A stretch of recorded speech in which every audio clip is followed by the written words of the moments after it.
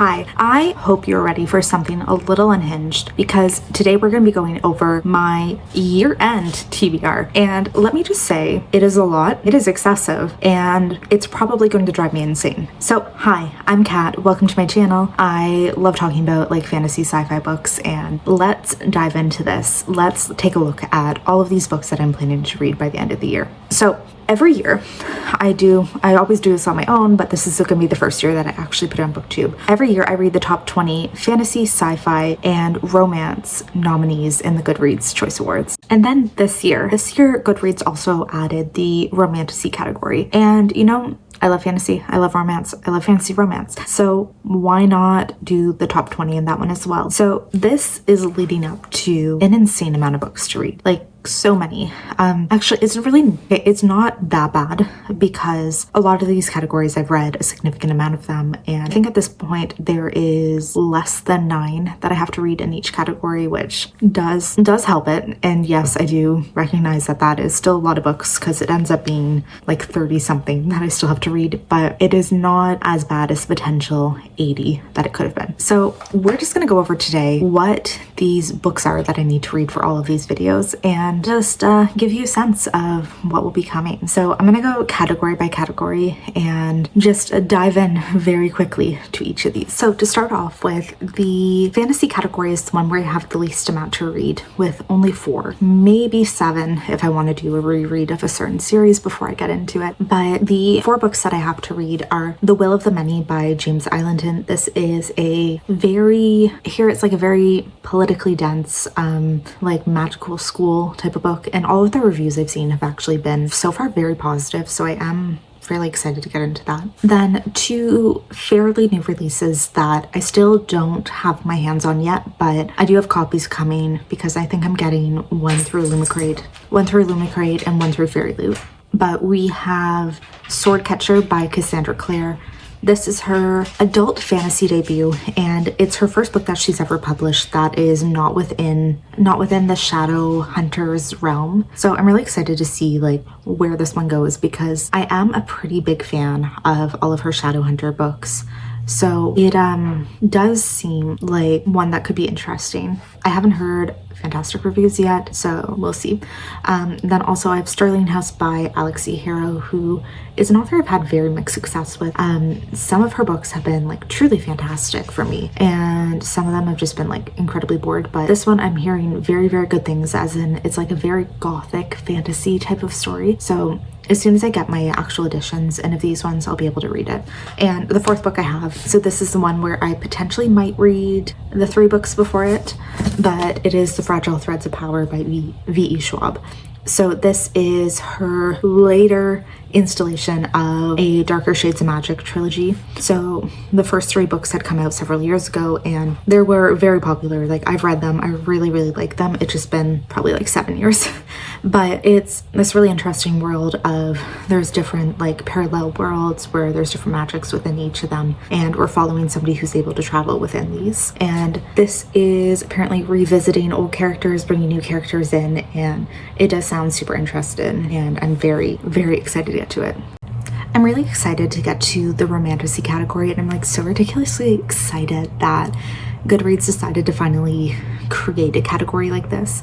Like, if you go back several years before, in like 2013, 2014, they had a paranormal romance type of category, and like I'm glad that they brought that back, because especially if you see like how insanely popular fantasy romance is now, it's perfect. And there's tends to be a different audience between like pure fantasy and fantasy romance, so I'm glad that they've separated this. So I have 10 books to read in this category, and this is one that I think should be fairly easy for me, just in the sense that the majority of fantasy romance I find goes by pretty quickly, similar to romance for me. So let's look at these. So K.A. Tucker, I have 2 books to catch up on. So A Queen of Thieves and Chaos is book 3 in a series, and I've only read the first one. I forget what the first book is called, but I didn't particularly enjoy it. but I will read 2 and 3 just to kind of see how I feel about it. But this one, it's like a girl who's transported to a parallel world where there's like vampires and magical things, and she's in the body of a princess and is there kind of like involved in some kind of murder plot. Book 1 was whatever, so I'm interested to see if I kind of like this series a bit more. I'm also really not going to worry about like if I don't like book 2, I'm not going to bother reading book 3. I'm not really that worried about it. Then there's Assistant to the Villain. This is one that like I guess TikTok has made incredibly popular recently, and I'm hearing pretty good things about it, so I am interested to see what it is. But for some reason I thought this was more sci-fi. I don't know why, but I'm kind of surprised that it was nominated. The Hanging City by Charlie N. Holmberg. I read one book by her, which is Spellbreaker. Really enjoyed it. Really, like, surprisingly really liked her writing, which so I'm excited to get into this one. And also the reviews look really good. There's The Jasad Heir by Sarah Hassan. So it's like the heir of Jasad fled a massacre that consumed her entire family. At 20, crafted lies are starting to crumble. So again, I've heard pretty good things about this one. Then another special edition, I have The Hurricane Wars by Thea Guanzon.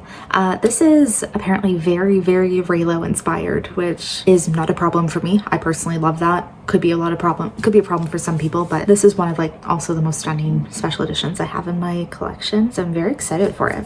I'm not continuing on any of the JLA series that are nominated. I haven't read the From Blood and Ashes. I think book 4 was one of the worst books I've ever read in my life. Like I gave it a 1 star. And the other series, what was the first book in it? Shadow of Ash and Ember or something, Shadow of Ember. I actually quite enjoyed the first book. I just like could not bring myself to get into the second one. But that being said, I'm going to read the first book in this series, which is Fall of Ruin and Wrath, because why not? I think JLA does good at introducing us to new worlds and stories, but then does a terrible job at continuing them and building a logical story or an interesting story. So I'm definitely going to give this one a try, but yeah, I'm not going to bother with the other ones. And then the last for this romantasy world, I have the Zodiac Academy's books 6, 7, and 8 to read. And these are going to be, honestly, out of all of these books, I think these are going to be the ones that I struggle with the most, because I think of Zodiac Academy as hot garbage, where it can be super fun, but while I'm reading it, I hate every moment of it. But once I finish it, I'm like, well, I need to pick up the next book immediately. I think the writing's terrible, but it is very addicting. So these are ones that I feel like I'm going to really struggle to get through, just because I'm not going to want to read them, which is terrible to say. But yeah, so 10 books to read for a romantasy. For sci-fi, I have 9 books to read left in this category. And this is also going to be the category where I have the least to say about the books. None of these I've really started to research into yet. And unless I just know like offhand a bit about what their synopsis is, I haven't researched it and I don't really intend to. Sci-fi, I tend to like to go in knowing a little bit less, because I can find it like gives a little bit more of a punch, and yeah, like I like having kind of that shock factor going in.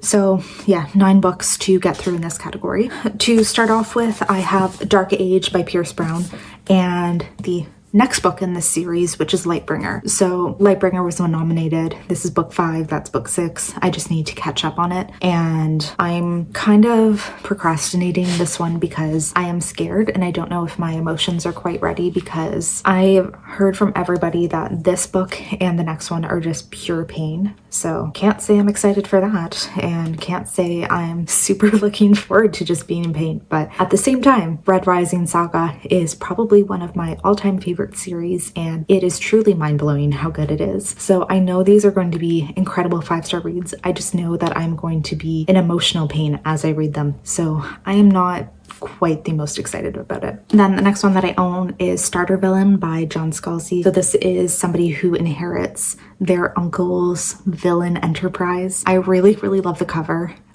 obviously I'm a cat lady, so like of course I'm gonna love this one and be super excited for it. I think that John Scalzi writes like very fun, silly books, so I'm excited for it that way. Like his last book that I read, which is the Kaiju Preservation Society, I thought it was just like such a fun little adventure, and like it was just silly, kind of ridiculous, and I hope that this one goes that way too.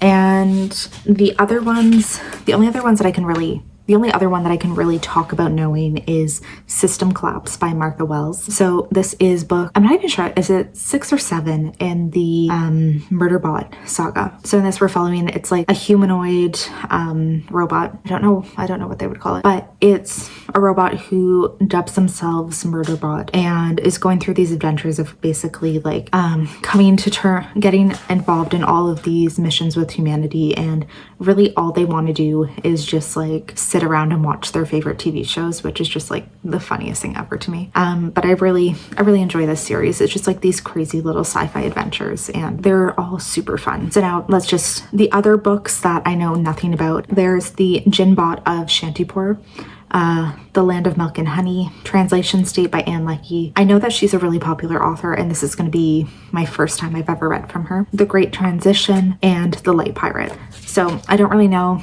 anything else about those ones, and again, like I don't like to go into sci-fi knowing a crazy amount, because I like to be surprised, and especially like sci-fi is one of those genres that goes into very interesting areas, and I really like to kind of discover that along as we're going through the book. Our final category that we're going to be taking a look at, which I need to read from, is romance.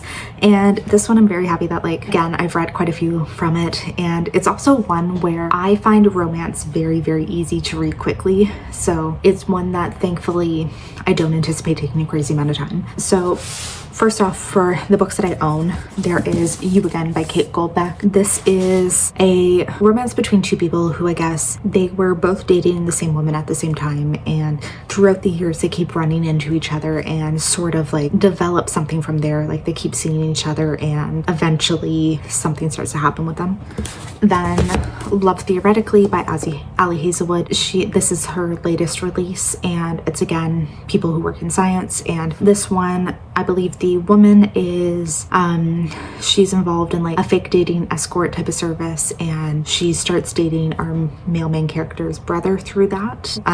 Don't know too much else about this one. Also haven't heard a lot of people talk about it, which is interesting. Then there is Wildfire by Hannah Grace. So this is the sequel to Icebreaker, which came out earlier this year and was like absolutely wild and everywhere. So I'm actually pretty surprised that Icebreaker wasn't the one that was nominated. But the first one was a romance between a hockey player and a figure skater.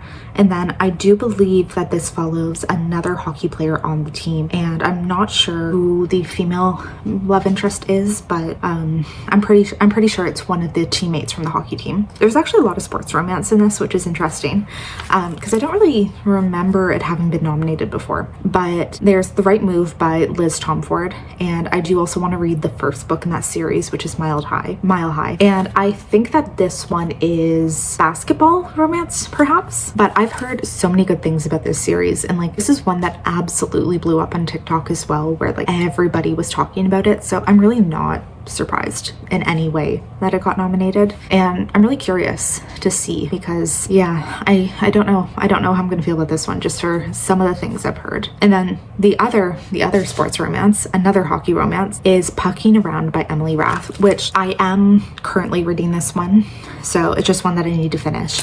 And this is a hockey romance why choose book between the hockey team's doctor and several of the hockey players, and I'm enjoying it a lot. This one is one that is like surprising me with how much I'm enjoying it, but I think that it is very, very good and very steamy, and it's a book that I'm like, yeah, I'm really loving so far. And then the other ones that I have to read are, there's So Not Meant to Be and A Long Time Coming by Megan Quinn. So those are books 2 and 3 in the series. Book 3 is nominated, and these are more of a billionaire romance where each book in the series is kind of inspired by a rom-com. So the first one was Pretty Woman. The second one I know is When Harry Met Sally, and then I'm not sure what the third one is, but they're following 3 brothers and their romances, and the brothers are all billionaires. I really liked book 1. I really liked it. So like this is one that I'm really excited to get into the rest of the series. And the last area is a series of small town cowboy romances. Like,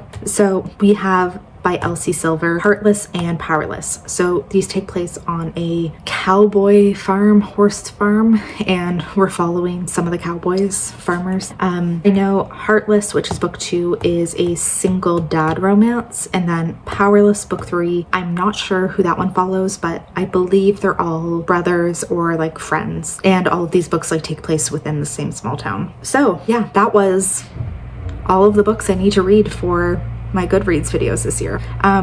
I also do plan on reading a few holiday romances. I'm going to be doing a few little vlogs with that, like a few little reading, like reading some fun holiday romances, reading some KU winter romances, like those types of things. But these are the core of my TBR, the books that need to be read, that need to be addressed, and that I will be reading no matter what. So if you are excited to see any of these Goodreads videos, stay tuned. Please join the channel and have a look, because they will be coming out throughout the month, and hopefully you will find them very interesting and very exciting. So that is all for today.